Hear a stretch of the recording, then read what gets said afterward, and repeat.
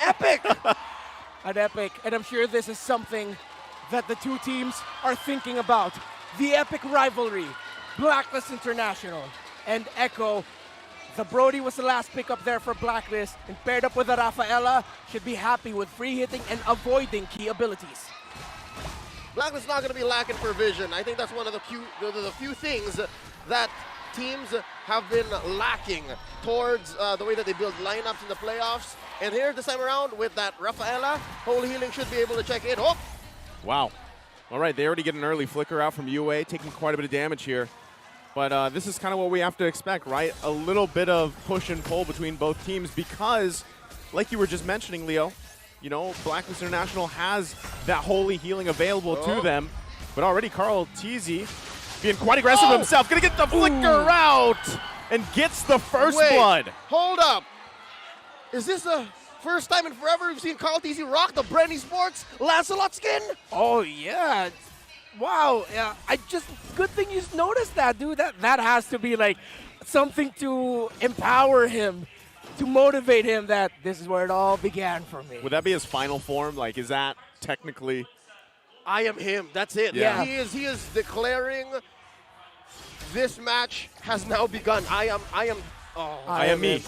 Yeah, and we were joking about it behind the scenes. Man, I can't believe the final form of Carl Teasy might actually be Tanks-a-Lot with hybrid build. Apparently, speak of the devil. He's grown. More than just. Yes. He has grown, and he has become great. Turtle already up. Okay. Blacklist International trying to get in position here. Once again, though, Wise exactly isn't here. They might just be willing to trade it. And as they do, Carl Teasy going to secure that first turtle. It looked like, you know, Wise was trying to get some pressure on that purple buff, but he decided to just go back anyway. It was kind of spotted out. Yeah, tremendous read there by the members of Echo, specifically the Lolita on Yaoi. Getting the vision there for Carl Teasy that, hey, he's here, that made Wise go back. And I believe the early death onto Oh My Venus, the lack of the level 4 there, meant that Black said, yeah, way too risky for us to lose anymore. Let's just back off. Already, something to note, here in the XP lane there's some action. They didn't do the double XP rotation. Yeah, which is puzzling to me because I thought we'd be seeing that all series long. But then they decided, okay, let's just go back to basics. It's going to be a long 7-game series. I feel like this is part of just the feeling out process. But then at the same time, Rafaela in the mid roaming around, helping the mid and the jungler roam around, is more beneficial for them. Whoop. Oh, there's a lot happening here. The flicker in, Nuno Blast. Owl will fall. Top side, meanwhile, in the mid lane, a little bit of poking back and forth too, but already Echo gaining the momentum in this game one. Reptar, you talked about how Oh My Venus has parked herself in mid. That's what happens. She couldn't help Owl. Yeah, and Owl just suffered a massive Numenon blast that made it possible because the other members of Echo were pushing back the other members of Blacklist around the middle portion of the map. That forced that to happen. Great call by Echo and great play. Oh, top side though, Owl once again going to be in trouble here. Feathered Airstrike pops the damage. Benny Cutie will get the kill. The sustain from the Holy Healing was not enough to deal with that. So yeah, the first time around it was just the two of them up top. Yeah. Now, they have Oh My Venus, but Sanji comes in. Yeah, it seems like Echo are treating the XP lane as just back to what we treated it in S9. It's just gonna be a dead lane. Sure, let them clear the minion waves. They will rotate. We'll put the pressure on the gold. Owl has been monstrous this playoffs. Echo is respecting that, and they want to stop that. Is this Echo dictating the pace, making their own meta the way that they want to? Or the Orcas swimming up against the wave that is Blacks International? Definitely. That is what you do when you're up against the Blacklist, against your rivals. Well, they just want to go ahead and give up the turtles here. Carl Teasy going to secure the second one. A lot of focus on the top side, though. Looking for a possible pick here. Blacklist International. Yeah, we're going to go ahead and charge that Nuno Blast up. Just help clear the waves. They kind of know, or at least they have a sense that something's going on here. Yeah, when you only see Edward in the turtle pit contesting, most likely Blacklist International has 3 or 4 roaming around together. Again, that's just familiarity by Echo, knowing that Blacklist would want to get one back over Benny Cutie to help Owl cash up just a little bit. Yep. It's basically saying, oh! Owl! That's what it's saying. He can't survive that. Will fall. Carl Teasy jumping to the backside. Putting out the damage with the Thorn. Rose going to still go. Gets the flicker from Oh My Venus. There's the retribution being used as well. Still the follow-up going to come out through. Real world manipulation going to come down, forcing it under the turret. Charges up, finds the target. UA will fall. And Echo still in the driver's seat. Might be looking for another. Benny Cutie gets the cleanup kill. And now it's all my Venus to Edward. Here comes Carl Teasy again. Right on through. Edward trying to salvage the situation. Has to flicker out himself, but he's stuck to. Echo dominating. 40 coming in. It's like they lived in the top lane of Blacklist for the longest time. Chugga, chugga, chugga, chugga. I hear it coming. It's the Echo Express. And this is their signature play style. Play fast, farm fast, fight early, and they are taking it straight to Blacklist International. 3 deaths already for Owl. Look at that Harith already with a Feather of Heaven and Calamity Reaper in his hands. Less than 8 minutes in. 6K ahead, almost, at about, what, 5 minutes. That was the worst I've seen this game so far go for Blacks International. They have yet to get a single kill, a single objective, and I'm looking for a possible way to clap back. Are we expecting Edward to go ahead and force us to go into the late game and then get a final slash in? Because we have barreled into what is possibly the earliest late game we've ever seen. This is once again happening here. Y's going to be quite low. One hit away. Goes down to Sanji. Carl Teasy securing the 3rd turtle of the game. Now Yawi on the run here. Blacklist looking for their first kill. Wow. Will get it with a torn apart memory. But now Echo getting in position to clap back in a counter play. Sanford going to show himself. The healing's going to be there, but here comes Carl Teasy going to force them back. Owl flickers out.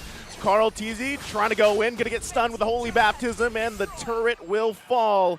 Now here comes Edward, trying to see if he can do anything about this. He has the tankiness. Final slash going to be used. Feathered airstrike to follow him up. He's going to be taken away from the team with a split. In trouble now. Wise trying to help out. On the retreat, Blacklist goes. Benny Cutie, though, forcing them back. Here's what's amazing about what Echo is doing. They want Blacklist to fight back. They know that if Blacklist just welcomes the fight, when they're not ready, Echo's going to win 100% of the time. The best thing that Blacklist is doing now is just tempering their expectations. That is the right call here by Echo. And yes, Blacklist can only temper their expectations and try to balance it out. Yawi misses. Yawi gonna miss that, but they're still gonna be able to get a kill. Wise will fall. Still, turret being worked on. Feathered airstrike to help out. Yawi will follow. 1-for-1 trade. Blacklist, though, still has a ton of work ahead of them. Yeah, that's a good trade for Echo. Roamer for the jungler. For the One True King as Midnight dubbed the Wise. And Echo, they can just continue this. But now at this point, this is where they start tempering their own expectations a bit. Yes, it's still roughly a 7,000 gold lead. Yes, there are still members of Blacklist catching up on items. No full build just yet for Owl. He was forced to build another item just for a little bit more magic defense on his side. But that doesn't mean Blacklist can't punish. Echo, their dirty tendency of over diving under tower, they cannot do that. Just play it safe, play around the lords, and keep it calculated. About 5 to 6 minutes, yeah, you can play hard and fast. Maybe, as you said, dirty like that. But now, as soon as you give Blacklist more kills, fair to be said, both of them give it to Yawi, given through Yawi, it should be fine. But then again, we've seen teams fall to the same mistake, having such a great lead. Free Lord for Echo as they go ahead and march through mid. What a zone out by Sanji, by the way. Not stopping with that feather airstrike. Yeah, Yawi gonna wait once again. The turret's gonna fall here. The hole comes through. There's the rear world manipulation coming down. Sanford will fall. Was it worth the turret here? Lord now marching down the mid lane.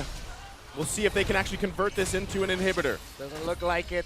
Way too sketchy. Nope. Because of their lineup, they can't go up into this. You've got to watch out for the positioning because of the final slash. Something to be careful about. That's a good cut by Carl Teasy. Stop the minion wave, and that will increase their chances of, yes, successfully breaking the turret up top. Yeah, so here's what I was getting at, right? First couple of kills on Yawi. Slowly but surely, if you let Blacklist continue at this pace, which they're slowly getting comfortable with, they will upgrade, they will upsell, and they got Sanford. Who's next? Are you going to say Benny Cutie might get a death here? Maybe even Sanji? That's what Echo has to watch out for. Yeah, and Benny Cutie will really have to hold on to his Purify the best possible moment. But there's so many crucial crowd control abilities on the side of Echo that which one is he going to hold out for? Is it really just going to be if ever he gets final slash, if he gets taunted or whatever, knocked up, stunned, everything. RWM'd? Everything. So much crowd control. Benny Cutie has to really channel his inner, well, Benny Cutie, and just be careful with this entry as he always has been. Relatively mum this past minute here after Blacks International successfully defended that Lord. So, yeah, you could take this as a clear sign that, hey, Echo have started to slow down. They went, down a second gear for the Echo Express, safe to say. My goodness, Benny Cutie already has a divine glaive. 11 minutes in. This Harith is a problem, but Blacklist International, they're holding it out. They're just doing everything they can to get a little bit more farm, try to funnel whatever minion waves come in for Owl. I'm wondering if the play here for Blacklist International is just possibly give up the next Lord, right? Not fight it because of the massive, look at the gold, right? The massive gold disparity here, right? You just give up the Lord, you defend in your base, you have pretty good wave clear. You can also help out with using that final slash. So it might just be better, like you guys mentioned, buy some more time. There's another big item pickup for Echo. So, you know, at this point, if you are Blacklist International, you want to be able to just hold on. And then if mistakes are made, which we've seen them do before, punish, right? And then kind of slowly gain control back into this game. But right now, it is the Echo Express. Yeah. It's funny because Blacklist International has a relatively great high ground defense, but they are up against a Harith and a Farsa that clears minion wave so fast. And if Sanji really just waits for the perfect moment to drop that feathered airstrike, that'll be 2 hits, and Blacklist members will be forced to go back. And that's what's scary. Blacklist can't hold out for that. Not only can they, but they can even force Echo to do such because this is going to be a Luminous Lord. But at what point is that going to hit critical mass? Because again, Lord's going to be marching down through mid this time around, and they can find a better angle. They can sink. The last time there was a Lord, there were still tier 2 turrets. Yeah. Minion waves, Echo. They can't just go with one minion wave, dive under tower, dive under turret. That has bitten them many times throughout the season, and even during the playoffs. One of the main reasons why they got knocked down to the lower bracket. It's the Blacklist they're up against. Gotta watch out. Benny Cutie just picked up a concentrated energy. It's gonna be a lot of regen for this Harith. I wonder if Echo will they actually try to brute force this? Well, here we go. Lord gonna go ahead and charge up. Blacklist International on the defense. Some more item pickups come through. Yawi dealing with the final slash from Edward. Turret now falls. Concealed play going to be used here, looking for their own angle. Carl T's going to push them back. Benny Cutie using the Zaman force. Ooh. He's going to get cut off, though, quite low. RWM going to come down. The final slash from Edward, though, cleaning up the kill. Still going to be going. Yawi going to charge up, buying some time. And now Sanji trying to hold on as well. The chase ensues. Flicker comes through. Carl teasing down the box side, will find Edward, still going to be going, double kill so far. Wise one a flicker though, Sanji avoiding the Appraiser's wrath. It's a triple kill for Carl Teasy. The fight was brought all the way out towards mid, and now there's only 2 defenders left. Now they're going to be looking to end this game number 1 here on that play. They've got a few minions, but is it going to be enough? Oh my Venus will fall. And it's the Echo Express all the way through to game 1. The Orcas draw first blood. Game 1 taken here by Echo. Owl has been monstrous